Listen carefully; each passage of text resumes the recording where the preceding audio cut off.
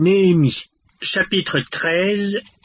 Dans ce temps-là, on lut en présence du peuple dans le livre de Moïse, et l'on y trouva écrit que l'Ammonite et le Moabite ne devraient jamais entrer dans l'assemblée de Dieu, parce qu'ils n'étaient pas venus au devant des enfants d'Israël avec du pain et de l'eau, et parce qu'ils avaient appelé contre eux à prix d'argent Balaam pour qu'il les maudît. Mais notre Dieu changea la malédiction en bénédiction. Lorsqu'on eut entendu la loi, on sépara d'Israël tous les étrangers. Avant cela, le sacrificateur Eliashib, établi dans les chambres de la maison de notre Dieu, et parent de Tobija, avait disposé pour lui une grande chambre où l'on mettait auparavant les offrandes, l'encens, les ustensiles, la dîme du blé, du moût et de l'huile, ce qui était ordonné pour les Lévites, les chantres et les portiers, ce qui était prélevé pour les sacrificateurs. Je n'étais point à Jérusalem quand tout cela eut lieu, car j'étais retourné auprès du roi la 32e année d'Artaxerxès, roi de Babylone.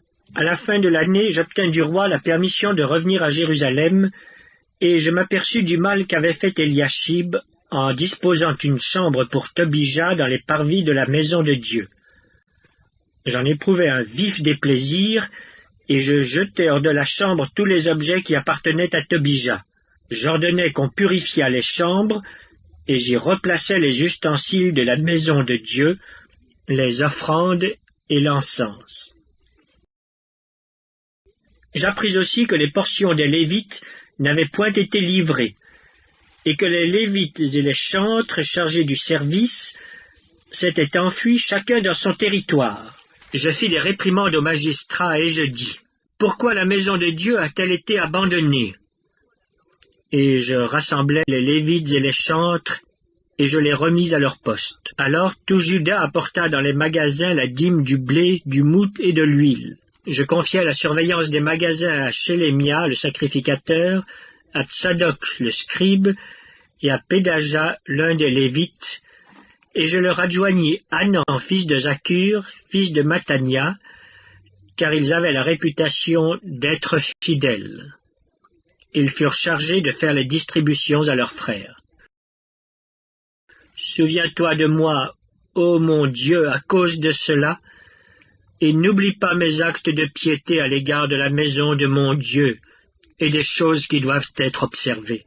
À cette époque, je vis en Juda des hommes fouler au pressoir pendant le sabbat, rentrer des gerbes, charger sur des ânes même du vin, des raisins et des figues et toutes sortes de choses, et les amener à Jérusalem le jour du sabbat. Et je leur donnais des avertissements le jour où ils vendaient leurs denrées. Il y avait aussi des Tyriens établis à Jérusalem qui apportaient du poisson et toutes sortes de marchandises et qui les vendaient aux fils de Juda le jour du sabbat et dans Jérusalem. Je fis des réprimandes aux grands de Juda et je leur dis, « Que signifie cette mauvaise action que vous faites en profanant le jour du sabbat? N'est-ce pas ainsi qu'ont agi vos pères?